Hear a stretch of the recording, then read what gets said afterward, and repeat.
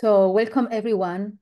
I am very pleased to introduce to this series Professor Ethan Katz. I will just say a few words about him. Ethan Katz is an associate professor of history and director of the Center for Jewish Studies at the University of California in Berkeley. He's a specialist of France and the Francophone world. Katz's research interests include Jewish-Muslims relations, Jews in colonial societies, Holocaust studies, and the interplay between religious and secular in modern Jewish life. His first monograph, The Burdens of Brotherhood, Jews and Muslims from North Africa to France, published by Harvard in 2015, received a number of prizes, including the National Jewish Book Award and the J. Russell Major Prize of the American Historical Association. Katz has co-edited 3 other books and has also taken a leadership role in contemporary discussions of anti-Semitism and debates around Israel and Palestine on campus. His research has been supported by a number of prestigious grants and fellowships, including the Katz Center from the Advanced Judaic Studies at the University of Pennsylvania and the Vidal Sassoon International Center for the Study of Anti-Semitism at the Hebrew University. So, Ethan, the floor is yours. Thank you so much, Martina. Thanks for inviting me to be part of this series. You mentioned the time that I spent at Vidal Sassoon. Vidal Sassoon and Aouniversiteit העברית have a special place for me. And so it's a particular pleasure to have an opportunity to be in this series. In his pioneering study, The Past as a Foreign Country, published 40 years ago now, historian David Lowenthal devotes substantial attention to the tricks that personal memory often plays upon the human mind. Lowenthal articulates how, quote, in the process of knitting our own discontinuous recollections into narratives, we revise personal components to fit the collectively remembered past and gradually ceased to distinguish between them. By now, observations about the frailties of memory and the processes entailed in the construction of narratives have become quite commonplace. I'm sure they're quite commonplace in this series. These insights have recast numerous fields of historical study to focus substantial attention on the very question of how individuals and societies remember and rewrite the past. Specifically for scholarship on Jewish-Muslim and Jewish-Arab relations, the turn to memory has enriched the history of Zionism, Arab nationalism, and the Arab-Israeli and Palestinian-Israeli conflicts. But the field of memory studies has had, with rare exception, little effect on how we approach histories of relations between Jews and Muslims living outside of Israel. It is particularly underexplored for the memory and history of those relations during the past century. The case of modern France offers a potentially fruitful starting point for correcting this absence. There are several reasons for this. For the past 55 years, France has been the one country outside of Israel-Palestine where substantial numbers of Jews and Muslims have lived side by side. Jewish-Muslim relations in France have an older history that began with the First World War and that has remained largely forgotten or unknown. Together, metropolitan France and French North Africa housed several 100,000 Jews and Muslims in close proximity across much of the 20th century. The story of the migration of large numbers of these Jews and Muslims from one side of the Mediterranean to the other, in the shadow of both decolonization and several Israeli-Arab wars, has made France a unique setting for the history and memory of Jewish-Muslim relations. Finally, since 2000, Jewish-Muslim relations in France have emerged as a major point of debate, both locally and internationally. Participants and observers alike widely perceive these relations as facing an ongoing crisis that emblematizes larger problems regarding successful integration in post-colonial France. So these are among the many reasons that I chose to write an entire book, which Martina mentioned, The Burdens of Brotherhood, on the history of Muslim-Jewish encounters in France and French North Africa across the long 20th century. And they're among the reasons that in the process of writing that book, I chose to conduct dozens of oral histories and make them a major part of my source base. I made that choice even though I understood that it was methodologically challenging and in some ways methodologically controversial among historians. And I think it's worth taking a moment to explain what I felt I gained by giving such attention to oral histories and where they fit into my larger corpus of research. Writing a long-term multi-level history of Muslim-Jewish relations in France that crosses metropole and colony necessitated searching for Jews and Muslims in a host of unlikely, uncategorizable, and previously unknown places. Much of the printed record of Muslim-Jewish encounters in France appears in government reports and memos, but those documents have to be examined with tremendous care. In part, it requires us at once to trace and deconstruct a series of classifications recorded in the archives of the colonial state and too often mimicked rather than interrogated by historians. Such groupings long assigned Jews and Muslims to falsely dichotomous positions that rendered nearly invisible the greater fluidities of daily existence and interaction. In my work, I found that one of the fundamental ways that we trace and deconstruct classifications that appear naturalized in one set of historical sources is by placing those sources alongside other ones that tell a different story or that peel back the story of the categories themselves. In writing The Burdens of Brotherhood, I therefore attempted whenever possible to bring diverse sources into conversation with one another.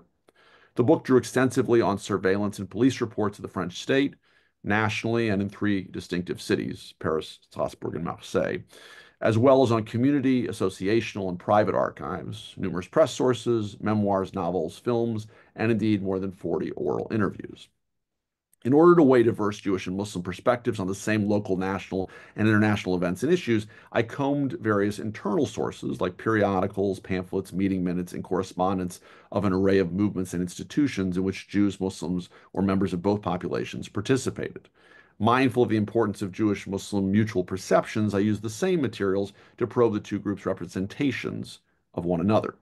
When examining such documents produced by non-state actors, I searched for narratives, dissonances, and gaps that echoed, transposed, contested, or departed from those contained in the French state sources.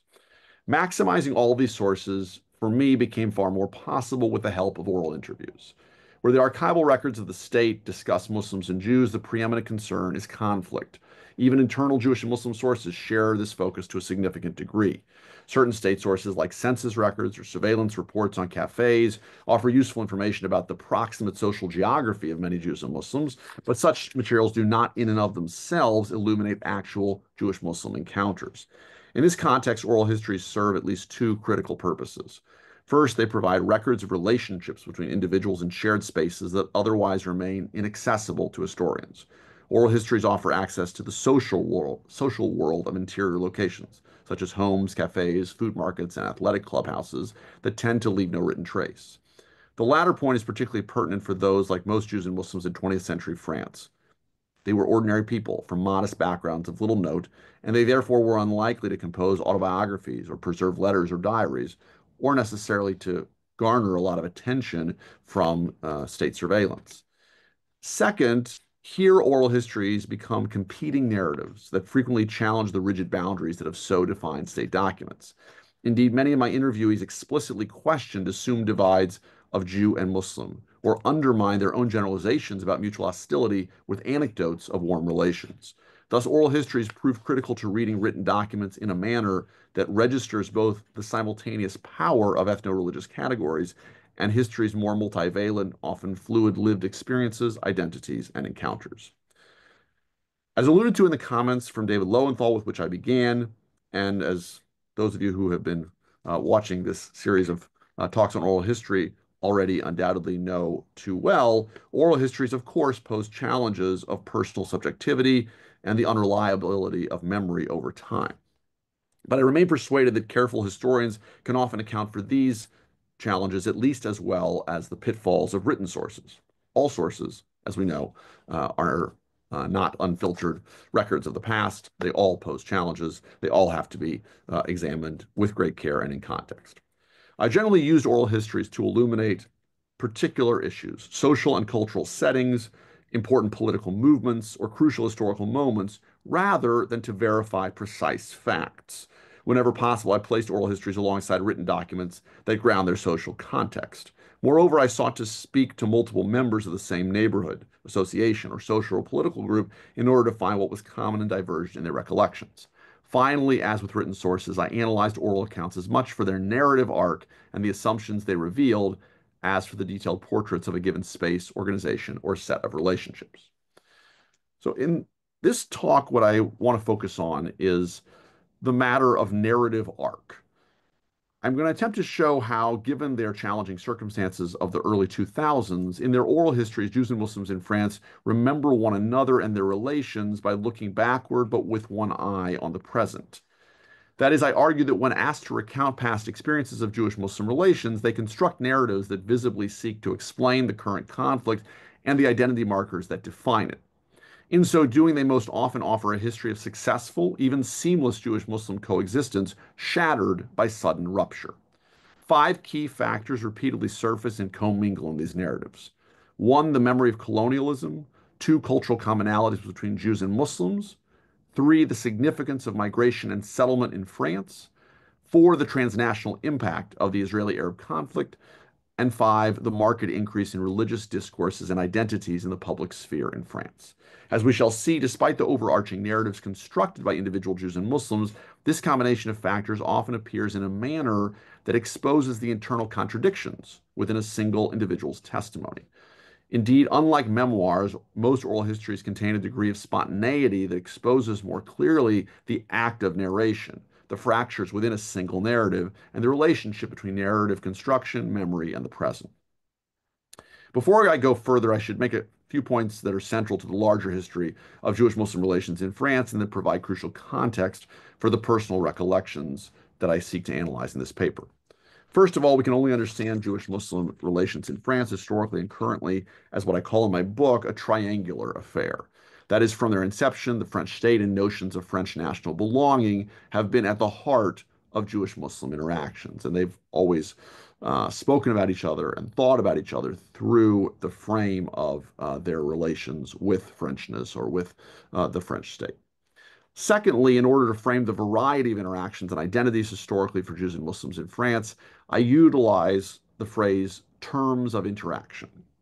By that I mean that Jews and Muslims in France long interacted on a myriad of terms, as for instance, citizens and subjects, fellow Mediterraneans, political opponents and allies, shopkeepers and patrons, neighbors, and even friends and lovers.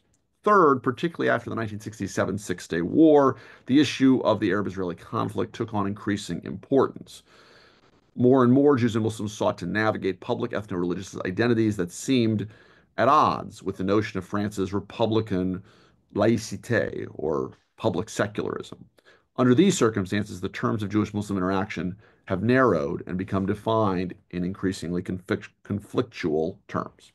These long-term factors crystallized in an eruption of Jewish-Muslim conflict in France that began in autumn of 2000.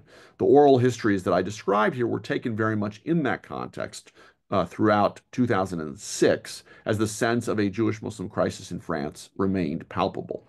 So that's all by way of overview and context. Now let's turn to the oral histories themselves. The Jews and Muslims I spoke to in the spring and summer of 2006, who came from a variety of ethnic, socioeconomic, and religious backgrounds, included men and women and varied widely in age. Nearly all of them seemed to be seeking, in telling me their personal story, to piece together a logic by which Jewish-Muslim relations in France had reached a crisis point.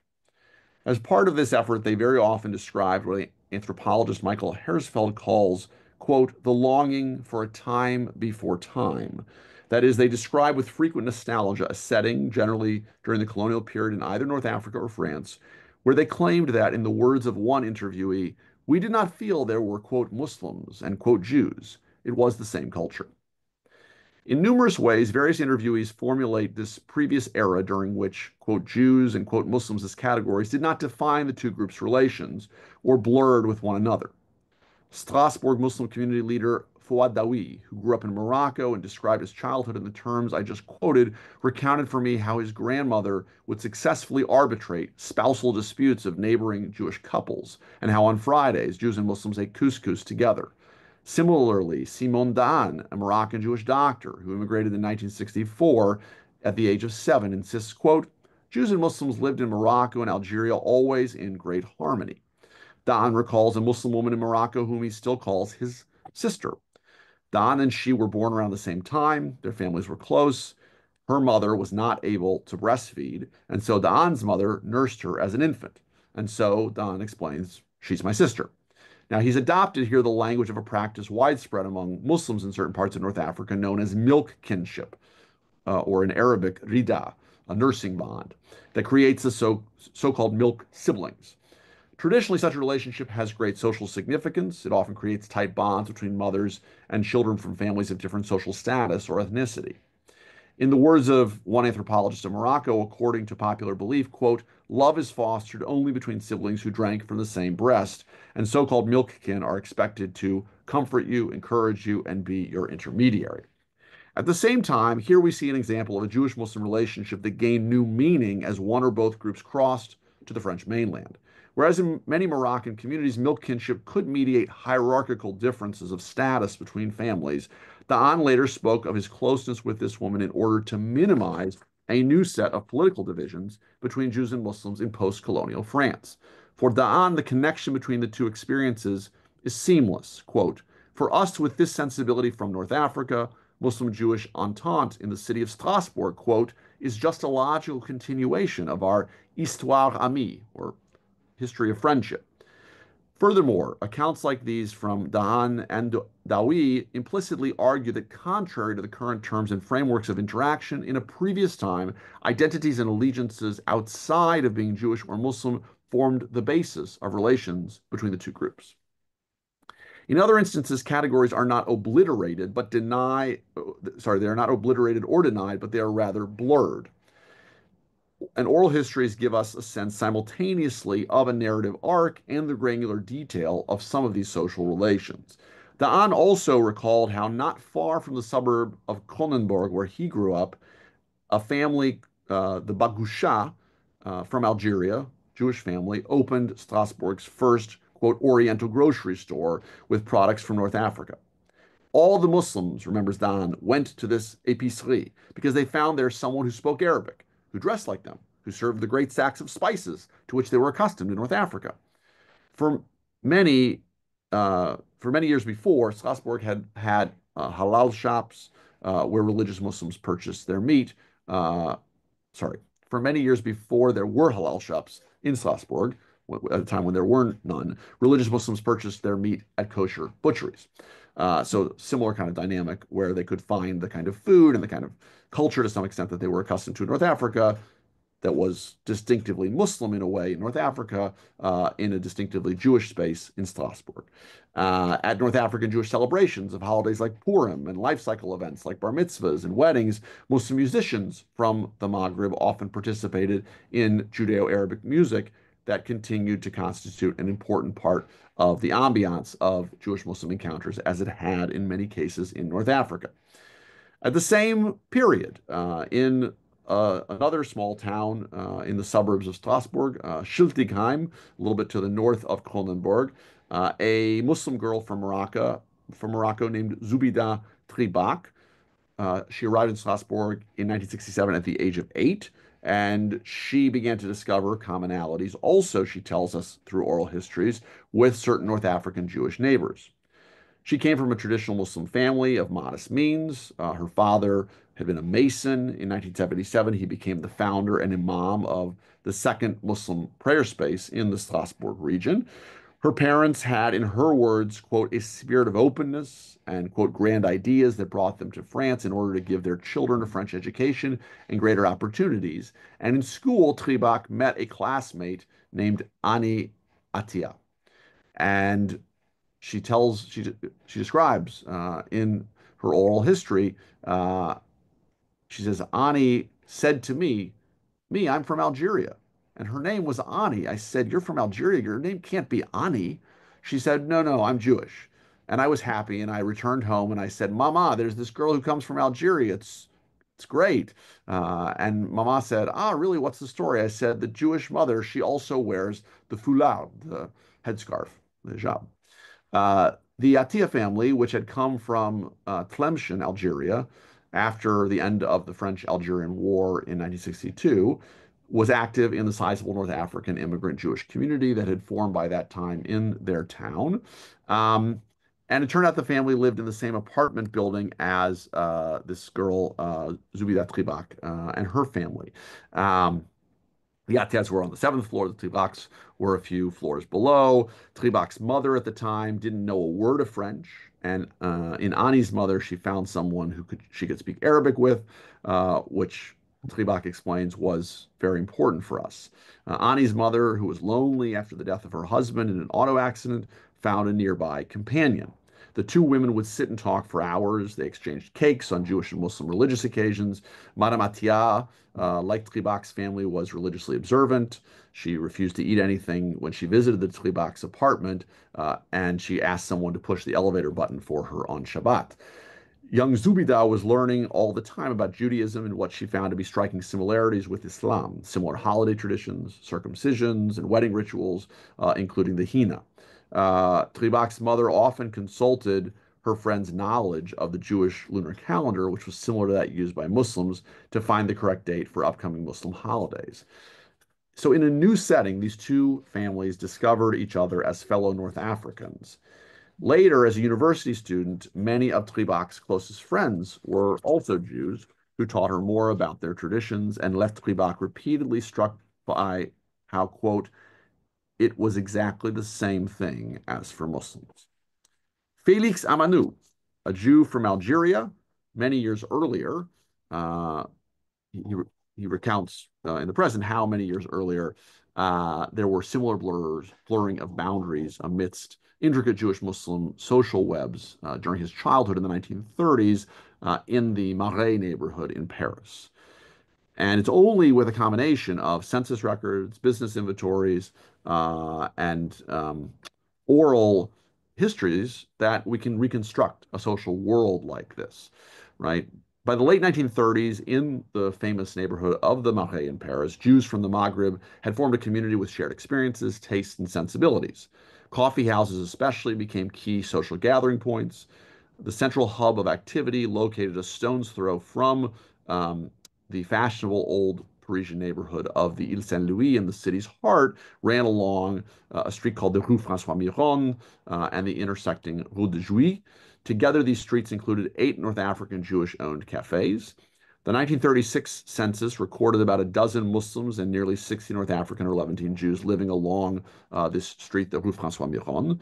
Starting in 1937, René Moise-Garbi opened a cafe restaurant on the street called the Petite Marseillaise, where Esther Garbi, who was the grandmother of Félix Amanou, who I mentioned a minute ago, became the chef. There were 4 family-sized tables just inside the entrance, 4 more in the back, and a large bar, plus the Garbi's adjacent apartment. And so this is a space that could hold a crowd. And Roger Garbi describes how there would be special gatherings in the cafe. The cafe specialized in couscous. Félix Amanou, Roger's cousin, explained that, quote, the great majority of the clientele there were former soldiers of World War I who were either Jewish or Muslim. They were functionaries, and every trimester they waited for the payment of their pensions. They were mostly men who had been severely wounded or handicapped or even disfigured by the war. Several other Jews and a few Muslims from the Maghreb also ran North African cafes along the same streets, attracting Jews and Muslims into what became semi-private spaces of eating, drinking, and occasional Judeo-Arabic music. Almost 70 years later, Roger Garbi, Esther's grandson, recalled, quote, we were on good terms. The Muslim neighbors came to our cafe. We went to theirs. A minute's walk from the Garbi's establishment was the Tunisian Jew Gaston Elbaz's cafe, and in a room just above the cafe, one could find a number of Jews and Muslims from the neighborhood gathering to drink coffee and to secretly play games of cards. That was illegal in France at the time. Farther down the street, halfway between the Petite Marseillaise and the Saint-Paul Metro, was the épicerie of Madame Buchalter, a Jewish widow whose clientele was mostly Muslim. Ayash Suissa, another North African Jew from the area, toted 2 suitcases to sell his goods to Muslim immigrants in Paris's banlieue, the outskirts of Paris. It's in this setting that Louise Fall, who arrived with her family from Constantine, Algeria in 1937, soon met and married Maurice Yais, who ran a North African cafe on the same street that attracted a sizable clientele of Jews and Muslims. And on the intersecting street that I mentioned, the Rue de Jouy, there were actually more Muslims than Jews, with two Muslim cafe managers, Mesian and Mustafa, who were very friendly with several Jewish cafe owners. Louise Yais, the woman I just mentioned, she recounted in an oral history how in the late 1930s and until the German occupation of Paris, her husband and Mesian, one of the Muslims I just mentioned, their Catholic neighbor Robert, and other men of the neighborhood often gathered in the evenings. They generally met in the Petite Marseillaise, where they would have an apéritif together. They would sit and talk into the night. Yais became very friendly with Mesian's wife. During the same period on Saturday nights, the Petite Marseillaise regularly would host musical soirees with traditional Judeo-Arabic music. A typical performance consisted of three North African Jewish musicians playing some combination of the tambourine, the darbuka, the Arabic drum, the oud, an Arabic lute, and violin, to melodies from the ma'aluf, the traditional Arabo-Andalusian song. Two Muslim dancers would stand on a makeshift stage, and a crowd of as many as 100 Jews, Muslims, and Catholics would sing and dance together from around 8:30 p.m. until as late as 5 a.m. Among North African Jews of this neighborhood, festive religious gatherings, such as a Brit Milah, a wedding, or a Bar Mitzvah, according to Felix Amanu, quote, nearly always featured Jewish and Muslim musicians playing North African wedding music, quote, in a totally familial atmosphere.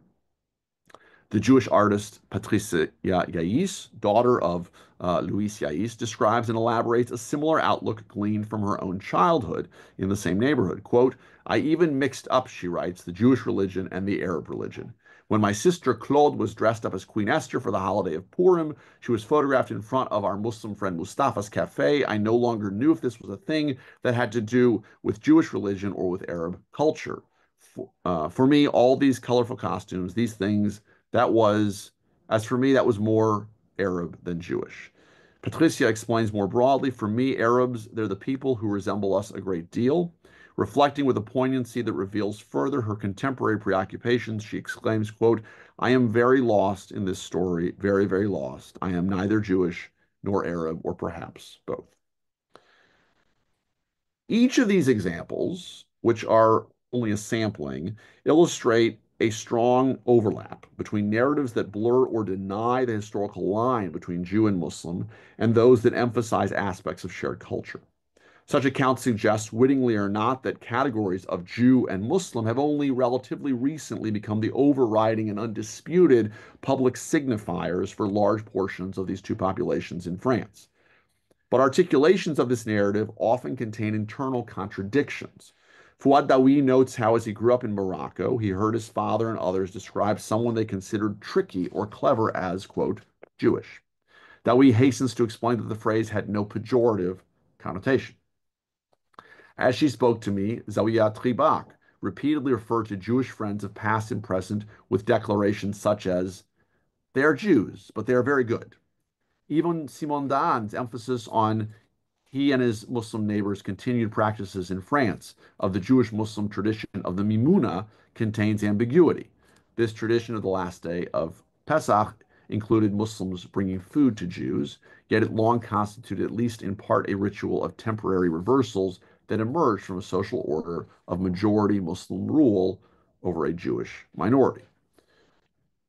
All the more striking in this vein was my interview with Patricia Yais's mother, Louise.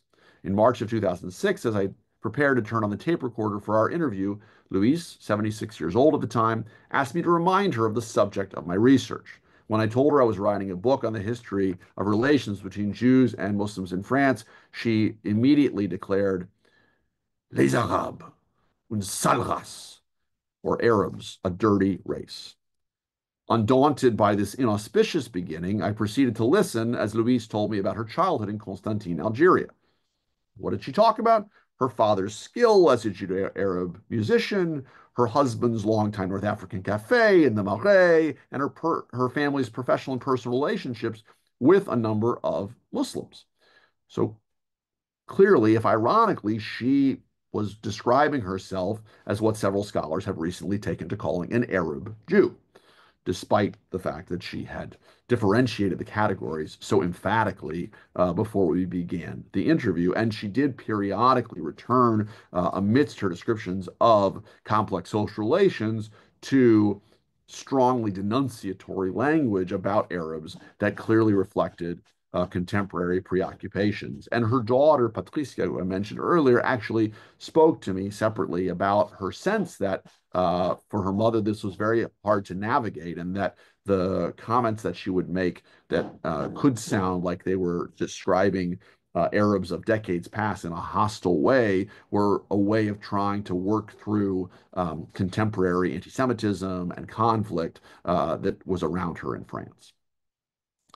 Through these interviews, we can see directly how these individuals struggle within their testimony to fashion a coherent narrative that overcomes the contradictions of their history.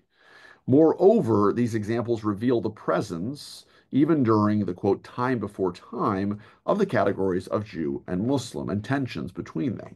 Nonetheless, let me suggest that the notion that, quote, there were no Muslims and Jews has more than nostalgic significance. It tells us about what I refer to throughout my book as terms of interaction. That is, simultaneous to a significant level of awareness around ethnic and religious differences in some spaces, there were also spaces of commonality, of shared culture, where particularly for Jews and Muslims from the Maghreb, religion and ethnicity kind of melted away, or where the differences became wrapped up in a sense of shared culture that seemed to transcend them. Therefore, looking back to a kind of time before time in part means remembering when ethnicity and religion did not necessarily equal politics, or when such differences were not necessarily defining of the encounters between those who in some way identify as Jewish and those who in some way identify as Muslim. Indeed, and I'll return to this point at the end, I believe that this implicit critique has a lot to tell us about recent changes in what I refer to as the terms of Jewish-Muslim interaction in France. In crafting a coherent narrative that moves from an allegedly harmonious past into the fractured present, these oral histories have typically highlighted key moments or causes of rupture in Jewish-Muslim relations. The most frequently cited source of rupture is, not surprisingly, the Israeli-Palestinian conflict. Mohammed Lattayi, another Muslim leader in Strasbourg, originally from Morocco, says that Jews and Muslims have no religious disagreement. Instead, they, quote, have a political problem that concerns primarily Israelis and Palestinians. Lattayi pinpoints the founding of the State of Israel as a chronological breakpoint, exclaiming, quote, in Morocco, you must understand that the comportment of Muslims toward Jews before 48 had nothing to do with the relations after 48. Others cite different dates, focusing in particular on the Six-Day War. Patricia Yais points to this as a moment when common culture began to break down. Quote, the North African Jews of my parents' circle began to reject the Judeo-Arabic music when there were the terrible remarks by Nasser, when he made his statements about throwing Jews into the sea and all that, where Jews stopped listening to Arabic singers. I remember it very well. This was after the Six-Day War. Gilles Taïeb, a Jew from Tunisia, similarly recalls how after the anti-Semitic riots in Tunis in June of 1967 that forced his family to flee to France, the Tunisian Jews whom he knew refused for many years to listen to the Arabic music that they had loved until then for all of their lives. Even if the individual cites no specific moment of rupture, he or she seems haunted by the Middle East. Fuad Dawi claims that the Israeli-Palestinian conflict is a problem that all Muslims, quote, will share. Because there's an injustice at the start, he says, and as long as that injustice remains uncorrected, this will remain in the feeling of every Muslim. Zuya Tribak, despite her close relationships with many Jews during her university studies, says that in her conversations with them, the conflict in the Middle East always remained, quote, a taboo subject to be avoided. But the Israeli-Palestinian conflict is hardly the sole source of rupture in these narratives. The other, often related major point of focus is the end of colonialism and the massive migration of Jews and Muslims from North Africa to France. More often, it is Jews who articulate this perspective. Patricia Yais offers another poignant set of formulations when she speaks of the deep nostalgia for North Africa among her parents' generation, the experience they conveyed of having been, quote, kicked out of a paradise. In discussing how the conflicts of decolonization in the Middle East ripped asunder the bonds of culture between Jews and Muslims, she turns again to family, but this time as a metaphor. Quote, it's like, she claims, the parents who divorce, and then the children think all will be okay between brother and sister, but then it's over. Something happens. Simone Daan sees the Middle East conflict and decolonization having a different kind of combined effect. When discussing North African Muslims who express anti-Semitism that they connect to the Israeli-Palestinian conflict, he claims, quote, "It is people who speak about Palestine and are incapable of locating it on a map." But he says these are people who have no past. He faults France for not putting itself on trial in the public eye for the crimes of colonialism as it had done for its complicity in the Shoah. He says that France made this error in the years after decolonization as it placed large numbers of Algerian and Moroccan Muslims into the cramped, isolated, and closely surveilled quarters of the state-subsidized housing known as the Sonacotra. Today, he says, these immigrants' French-born children have no relationship with Morocco or Algeria, but they know they are foreigners in France. Violence, he claims, is a way for them to say to France that France has often humiliated them. Their connection to the Palestinian cause comes from the fact that they seek to identify with those they perceive as the oppressed. For other Jews, the size of the Muslim migration has combined with Middle Eastern tensions to produce new dynamics for Jewish-Muslim relations. Leon Nizan, the doctor who grew up in a traditional Ashkenazi Jewish family in Alsace, offers a narrative that follows this logic. As a child of the 1930s, he says that it was rare to see North African Muslims. Quote, "And now the explosion, because we brought workers in the 1960s, is such that 1/10 of the French population has become Muslim. This poses an enormous problem. For the Jews, in any case, now they are the third religion of France and 10 times less numerous than the Muslims, who are anti-Semitic, anti-Jewish, due to the Israeli problem, and then also traditionally." Nizam proceeds to cite the Quran as describing a Jew as, quote, "only a dog," and commanding Muslims, quote, "do not make friends among the Jews." In this manner, even as he cites changes over time and events in the Middle East, Nizam also points to a kind of primordial Muslim hatred of Jews that he claims is located in the formative texts of Islam. Other interviewees also cite religion as a key factor in Jewish-Muslim relations, but in a positive manner. Mohammed Latai says, quote, "As a Muslim, I am obligated to protect Jews from the Quran, not to hurt them. The status of dhimmiut was protecting Jews. You cannot look at the status in contemporary terms. It was the Middle Ages. We've made a lot of progress." Similarly, Mustafa El-Kosh cites the Quran as obligating him and other Muslims to protect, quote, "the peoples of the book and to never use force to convert them." But Latai, El-Kosh, and others resort to notions of Islam as inherently tolerant reinforces, even if they don't mean for it to, an often essentialized vision of Muslims and Jews as defined primarily by their religion rather than by other categories of identity. So the same resort to religion can be for negative or more positive purposes, but it's easy for that to fall into a kind of essentialized language. So let me conclude by saying that what we've seen here is that when given the opportunity to tell their personal stories of Jewish-Muslim relations, individuals have crafted narratives that both depict an idyllic past and try to explain a painful present. According to most of these narratives, Jews and Muslims in the Francophone world once got along seamlessly enough that, quote, "there were no Jews and Muslims," or they interacted in a, quote, "familial atmosphere," or with, quote, "exactly the same customs." But the same narrative suggests that at some point, based on the Israeli-Palestinian conflict, decolonization, or both, all went horribly wrong. Beyond what they reveal about Jewish and Muslim memory, these narratives point in at least two other important directions. They give narrative voice to Jews and Muslims, two groups whose place has long been uncertain in the French national imagination and correspondingly in numerous documents of the French state archives.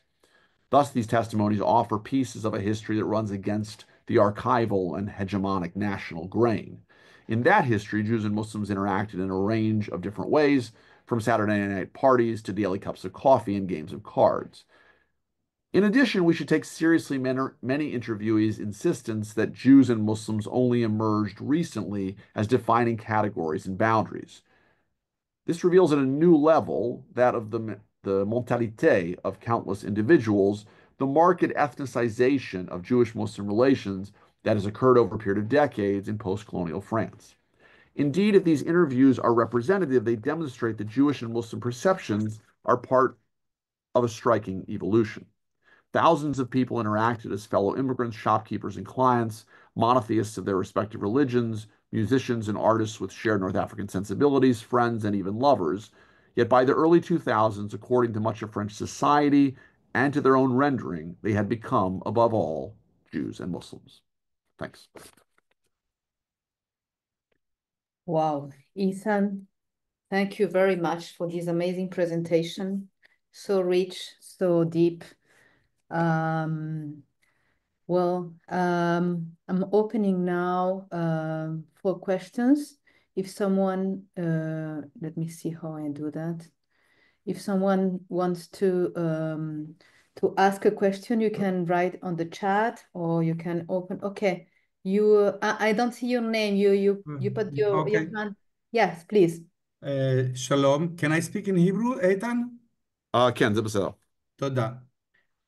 שמי דני ברקלי, ביטון, ואני רציתי להזכיר לך שאתה כתבת מאמר מעניין מאוד על שני אירועים מכוננים שהיו ביהדות אלג'יריה, קונסטנטין 1934 וקבלת האזרחות ב-1870, ואתה אמרת שזה בעצם שני אירועים מאוד מאוד משמעותיים בכל מה שקשור להתייחסות של יהודים וערבים, אם אני לא טועה. אני רוצה לשאול, האם סוג כזה של עימות עם א' מול oral history לא משפיע על ההתייחסות למשל של פטריסיה ושל לואיז, ששתיהן, או האמא היא קונסטנטין.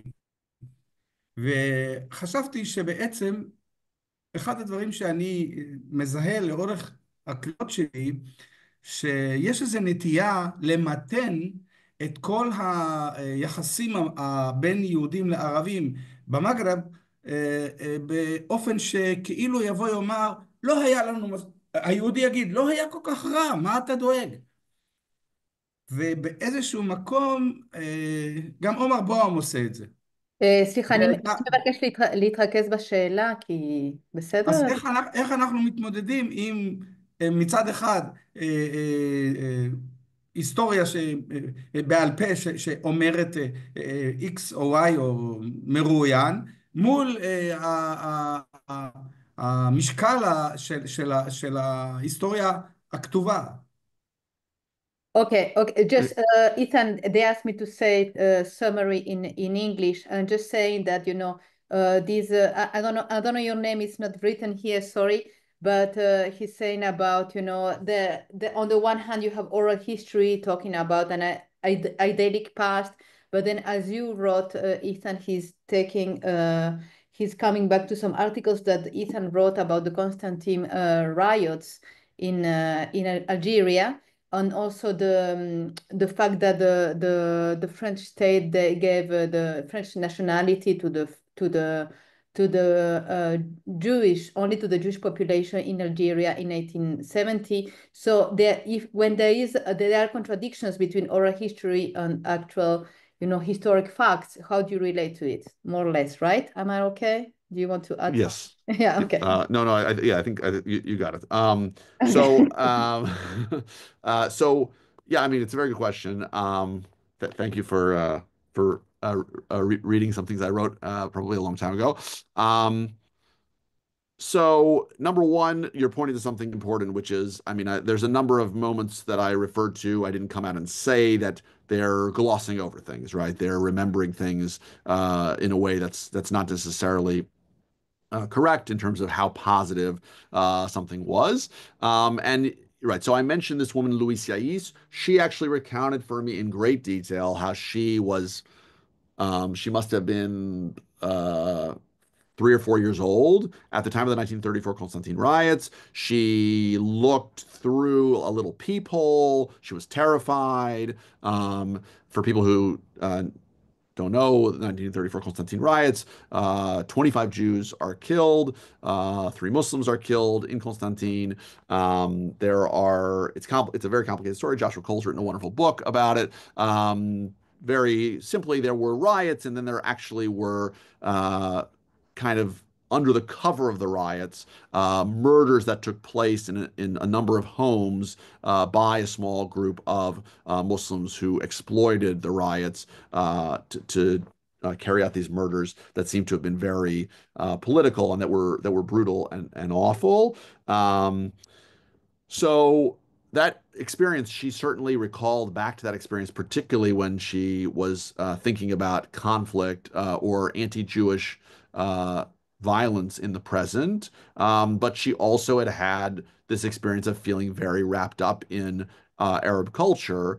The reality is that historically, conflict and daily coexistence, they often take place simultaneously, right?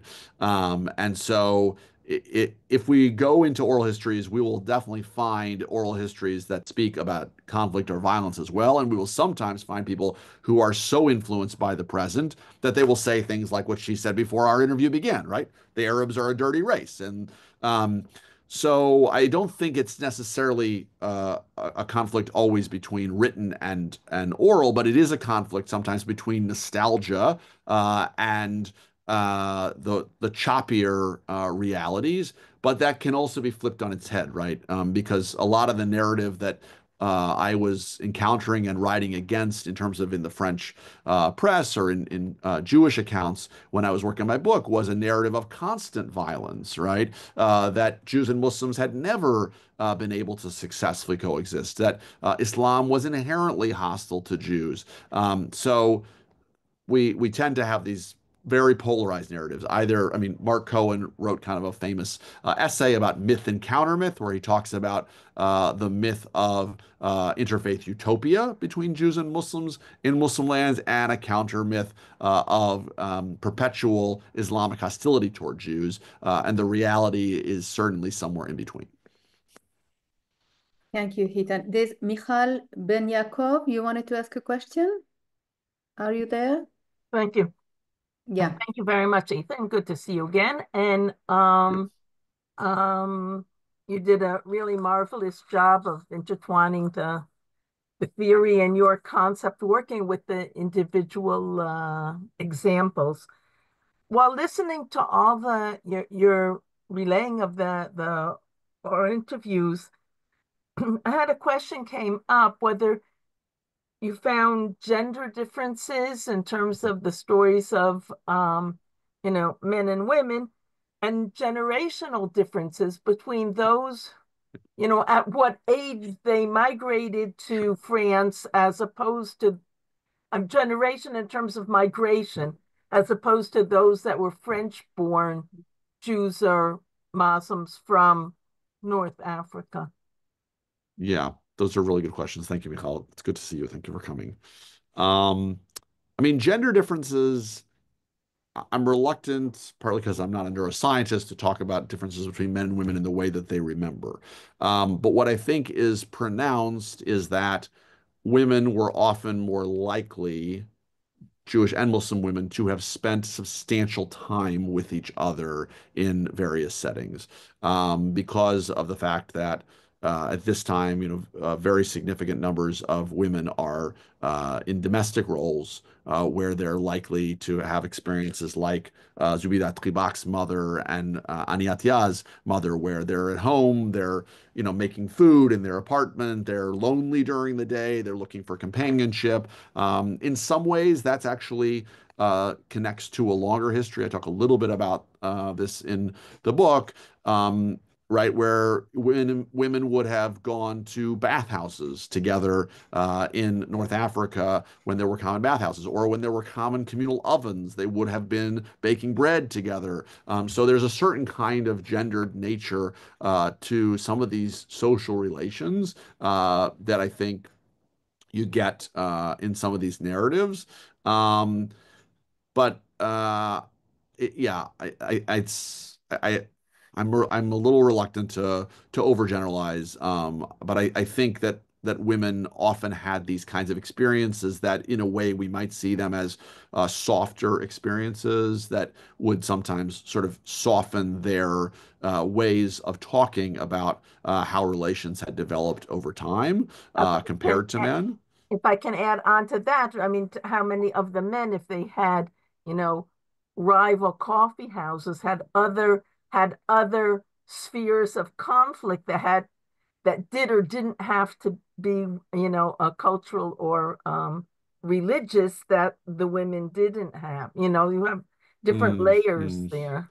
Yeah, no, for sure. And there were men who, you know, there were men who did very much masculine associated things in coffee houses, for instance. Like the people playing cards in coffee houses are almost entirely men. You know, I think Patricia used to describe to me about how the coffee house was really a space for men most days of the week, right? So there were certainly also men who had, you know, kind of male bonding experiences in coffee houses also. Generational differences, you know, I think the generational differences would probably be more pronounced if I went back and I did interviews now with people who are, say, under 30. The generational differences were more about, you know, sort of key rupture points, perhaps, right? I think that younger people were more likely to see the Israeli-Palestinian conflict, maybe 1967, the conflict broadly, as the source of division. And people who were a little bit older were more likely sometimes to see decolonization as the moment of rupture. In some ways just reflecting the historical reality that both were important rupture points, and that depending on your age, you lived one of them more than the other. Okay, thank you. There is Jean's question. Did you come across anything in writing by Albert Camus on the topic? Great question. I mean, not really is the short answer. Now, I haven't read every single thing that Camus wrote, but yeah, I mean, he doesn't really. I mean, what's sort of interesting about Camus from the standpoint of this topic very broadly is, you know, Camus sort of like a classic French leftist in the colonial space. He's very critical about the French state. He's very critical about many colonial practices. He's like a lot of left-wing Jews in Algeria in the 30s, 40s, and 50s who are involved sometimes in socialism. They want a much more equal society in Algeria. They're not fundamentally against the colonial structure. They think it can be reformed. So Camus is very similar in that way. In the late period of French Algeria, when Camus famously says, "I believe in justice, but I will choose my mother over justice," there's some controversy about what that quote meant exactly, but it's partly about the sense of deep attachment to Algeria and fears about the violence being carried out in Algeria. And that's, you know, Camus basically is hoping that somehow Algeria will be fixed, where it will be possible for settlers to stay and Muslims to live in equality. The reality of colonialism is that it's entirely reliant upon a hierarchical structure, and such a corrective is in some ways attempted by the French in late colonial Algeria, but it's not actually really doable because it's such a hierarchical society and all the damage that had been done by decades of oppression and violence. But in that way, Camus actually sounds a lot like many of the Algerian Jews who kind of hold this hope out, feel totally reliant upon France, very attached to the soil of Algeria, but sort of in a francophone way of thinking about it, and can't really imagine staying there with the French leaving. Okay. So, yeah, Sharon wanted to ask a question. Yes. Thank you, Ethan, for this interesting talk. I have two short questions. The first relates a bit to Michal's question. And did you make any interviews with the Jewish community, the old community before World War II? And so if you did, do you see any differences between the French community, Jewish community before the World War II and the immigrants after World War II? And the second is about your position as an interviewer, because it's not hidden that you are Jewish. And do you think that it made any difference in the interviews with the Muslim community and with the Jewish community, because they could say more, I don't know, maybe they tried to to hide some things or to open some things because they know your origin, and also the language of the interview would be very interesting too, because with the Jews you could also maybe use words in Hebrew or from the Bible or something like this that will make you more close to the interviewees. And I don't know if you could have done it also in Arabic. Yeah, that's it. Right. Very good questions. Thank you. I mean, interviewing people who were living in the 30s before the war, who were not very young then, basically almost impossible in terms of age, right? I mean, I talked about this man, Leon Nizand, who... Second generation, I meant. Second generation of this community in comparison to the immigrants community. Sure. But like, so this man, Leon Nizand, who I mentioned, who grew up in Alsace, right? He's someone who Ashkenazic through and through. And he, I think, reflected the fact that many people who grew up in that generation were just kind of shocked by the demographic transformation of France, shocked by the number of Muslim immigrants who came. They had no cultural relationship to the Islamic world. Right, he recalled seeing like these tiny numbers of itinerant merchants from Algeria as a child in Strasbourg. That's his only. He has one memory from being a soldier in World War II, where there were Moroccan soldiers in the same like battalion in a battle with him. These very, very limited memories, and that is pretty representative because of the fact that there were Muslims concentrated in certain urban pockets in that period, but there were large parts of France with very few North African immigrants at that time.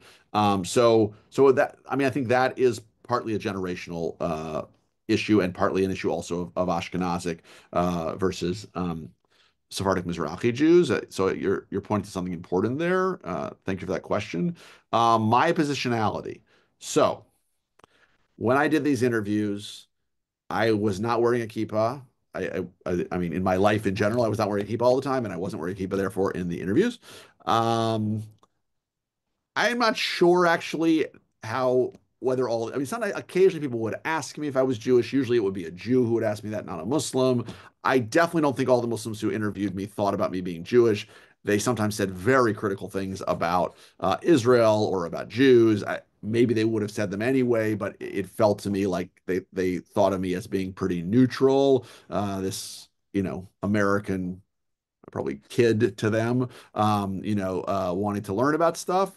My Hebrew was terrible at the time. It was the year mostly conducted in the year before I came to Israel and spent a year there and did a year of Ulpan, and that's a whole other story. But anyway, so they were all conducted in French, basically entirely in French. Yeah, I'm sure there were moments in the interviews with Jews where I did something to signal a certain kind of understanding in a way that maybe gained me a little bit of trust. So yeah, I don't want to discount it entirely. Positionality in these interviews, it's a complicated thing. But what I found is that people are really eager to tell you their story. They think that you are going to be a cipher and you're going to give them an opportunity for their story to be voiced. And for many Muslims, it's a story that includes significant burdens about discrimination. As I quoted, for some, a real sense of a deep wound related to the Palestinian question. And I didn't feel that they were hiding things from me. Of course, if they, all cultures, when we're talking just among ourselves and among the people that we're most familiar with, we speak differently than when we're speaking to someone who is effectively an outsider. I don't want to discount that. But I didn't feel that the interviewers, for the most part, were censoring themselves because of a sense of my own positionality. Wow, thank you, Ethan. I do have two questions as well. Good. One is related to your your active participation, your role, your leadership role in the current talks on campus on the Palestinian-Israeli conflicts, on the in the United States. So to which extent your experience, your knowledge about what happened to Jews and Muslims in France helps you understand and decipher, or maybe get closer to both narratives and get to people's hearts and not only to their minds, or maybe both. That's one question. And the second question is related to it, and it has to do with the burden of colonialism. You pointed at the feeling that, in France, they acknowledge the wrongs done in the Shoah, but not the wrongs of colonialism. And also the class issue that all these immigrants, mostly Muslims immigrants from North Africa, were taken to these neighborhoods who became like, dangerous places, still segregated in economic terms, on social and cultural, etc. My feeling is that it's not the same in the United States, mostly on campus. That's what I see from here. If you can relate to this issue as well, on the differences, on the connections. Yeah. Okay, these are great questions, Martina. Thank you. So my experience on campus, which is another talk, or a few. Yeah, I think that there's inevitably, I think about the issues in part through the lens of the work that I've done. So I would say two things that means. One is that I try to think simultaneously about anti-Semitism and anti-Jewish discrimination and frequent forms of, whether we want to call it Islamophobia, sometimes something specific of anti-Palestinian discrimination on our campuses and in American life, sometimes anti-Arab discrimination, that I try to be conscious of each of these dynamics, and I see them playing out simultaneously in a way that, frankly, is not very common right now because we're so polarized. And that sort of leads into the second piece, which is, all the work that I did on this book reflected a kind of deep belief on my part in the importance of talking across differences and trying to create different terms for understanding relations between Jews and Muslims, Jews and Arabs, aside from simply political conflict, which is the framing that we know best. It was already true when I was working on the book almost 20 years ago. It's obviously that much more true now, particularly in the post-October 7th period.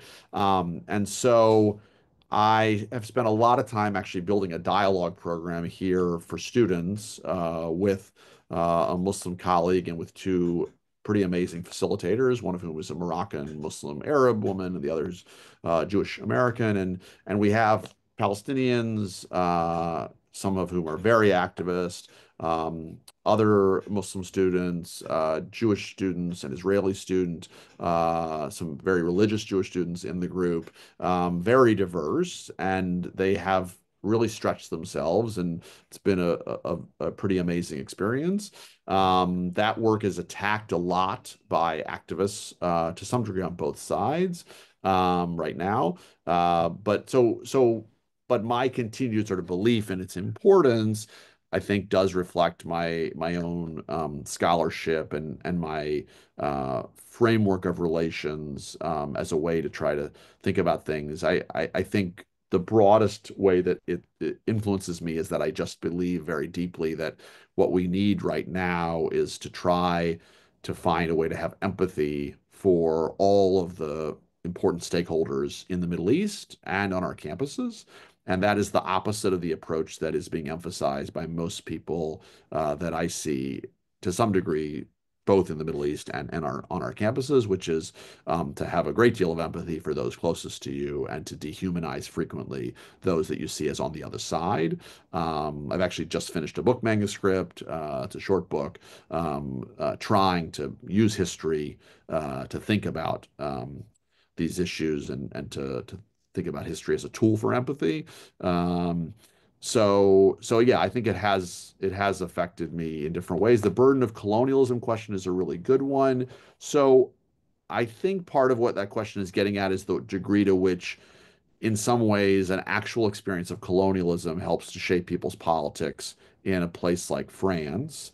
And that in the United States, for many people who are the most ardent in attacking Israel or identifying with the Palestinians, they don't necessarily have any personal connection to those, to an experience of colonial oppression or to the Palestinian experience. So I think that broadly speaking, that's true. But I think actually in both places, for a long time, the Palestinian experience has to some degree been instrumentalized by activists. That is, they do not, like I talked about how, what one Jew in France said, a lot of these Muslims who are the most ardent and they can't even find Palestine on a map. That might be something of an exaggeration, but I don't think it's actually that much of an exaggeration. In the 1970s already, Arab workers saw the Palestinian Fedayeen as a metaphor for their own resistance and their struggles in France. So it's a long-standing kind of way of thinking about the Palestinians as something like a metaphor for your own sense of suffering and desire for resistance. And I mean, now we have a lot of, forgive me, white American far left college students who are not necessarily connected in any personal way to the conflict and might not necessarily be very knowledgeable about the conflict, who are among the most vociferous in identifying, right? Yeah. So some of the Palestinian students on campus are surprised by how radical a lot of people not immediately connected to the cause are, who have become very activists in groups like Students for Justice in Palestine. And every campus is different. I don't want to overgeneralize. Uh, in my view, there's a lot to be upset about in terms of protesting this war. So I'm not discounting that. But some of the most shrill perspectives that can be really demonizing all things Israeli or Zionist come from people who don't have a particular personal connection to the conflict. So I think that, the absence of an experience of colonialism in the American context maybe makes people even, kind of see things at a further distance. I think that's part of what you're getting at with your question. Yeah. Wow, thank you. I know that was a difficult answer. So we're asking the last question because we are all, don't want to tell you too much. But there's Jacqueline Adams. You wanted to ask a question? Yes. So thank you, Ethan, for your talk, and it's very nice to see you again. Hi. Nice to see you. Hi. Thanks for tuning in.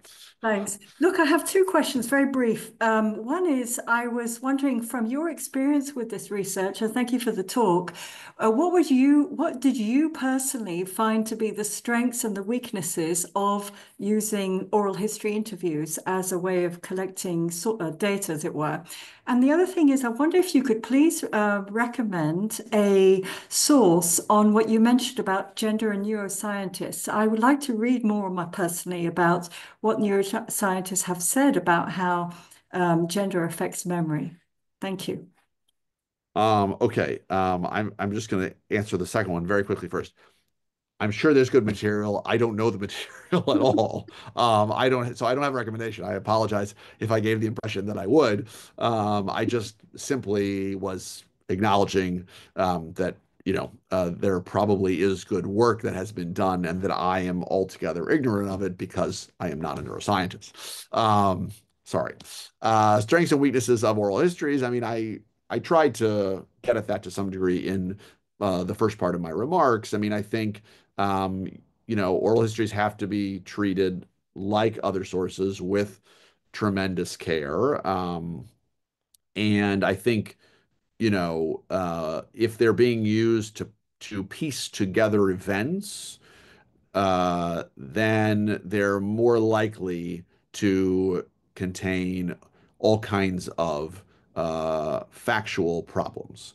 They're, I think, most valuable for conveying people's kind of broader experiences, particularly, as I said, in certain social or cultural milieu that can give us a sense of the ambiance and the interpersonal relationships in that milieu in a way that we cannot get from other sources, with rare exception.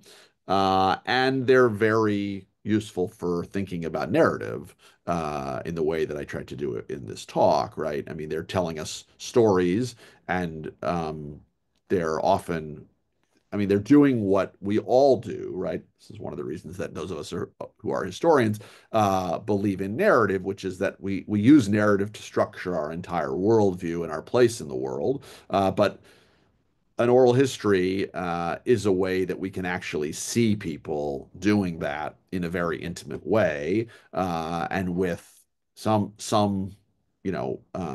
level of analysis that takes into account narrative structures and social memory. We can kind of try to reconstruct what is the narrative that someone is telling here.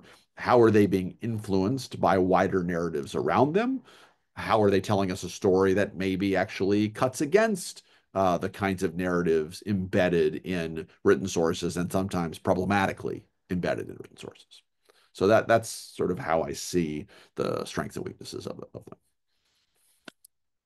Wow, thank you so much, Ethan, for this. As other participants said, a fascinating presentation. And I also want to thank you for bringing some humanity, some complexity, and some empathy to this topic, which is so challenging, particularly in these days. So thanks a lot. And thanks to everyone for coming and sharing this space together, this space of thought and dialogue. And yeah, so thank you very much. And Sharon, you want to say something? תודה רבה. תודה לכם. תודה. היה ממש נחמד אליי להיות פה איתכם. תודה רבה. טוב, אז תודה רבה. בהצלחה לכולנו. בהצלחה באמת. להתראות, טוב, ביי. ביי.